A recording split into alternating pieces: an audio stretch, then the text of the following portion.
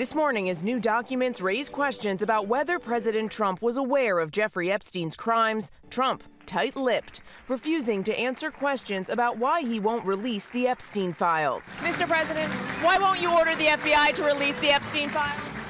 The newly released messages, part of thousands of documents from the Epstein estate released by the House Oversight Committee, mention Trump repeatedly. Shortly after he launched his presidential campaign in 2015, Epstein told at least one reporter that he had dirt on Trump and was willing to share. Writing, quote, "Ask my houseman about Donald almost walking through the door, leaving his nose print on the glass as young women were swimming in the pool, and he was so focused he walked straight into the door." Epstein then posing the question, "Would you like photos of Donald and girls in bikinis in my kitchen?" In one 2018 text exchange, the context of which is unclear, Epstein wrote to an unidentified person about Trump, "I am the one able to take him down." Trump and Epstein were friends for more than a decade. Have you socialized with him? Yes, sir. Yes? Yes, sir.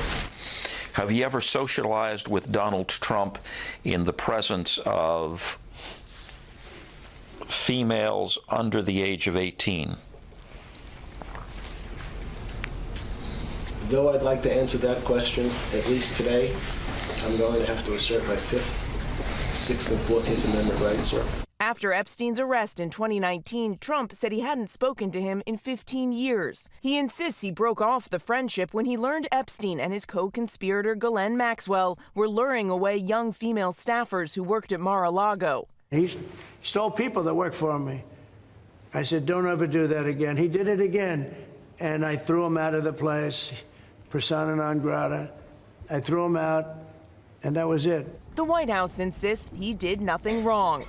These emails prove absolutely nothing other than the fact that President Trump did nothing wrong. But Democrats aren't convinced. I think the emails that were released today, again, just raise so many more questions. And now 218 lawmakers, including 4 Republicans, have signed a petition forcing the House to vote to release the full files. The final signature coming from Congresswoman Adelita Grijalva, sworn in just Wednesday after a 7-week delay. The timing of the 23,000 emails that were also released right around this time really put an exclamation mark on the need to have this transparency and for all of the files to be out in public. Now, the Speaker says that vote is going to happen next week, and we're likely to see something that we rarely see here in Washington. We are told dozens of Republicans are expected to break with the president and call for the release of these files, something that many Republican voters have wanted for some time now. But, of course, even if it passes in the House, the fate of this is unclear in the Senate, and it seems unlikely that President Trump would sign on to this. Rebecca? Yeah, very unlikely there. Okay, Mary, thank you.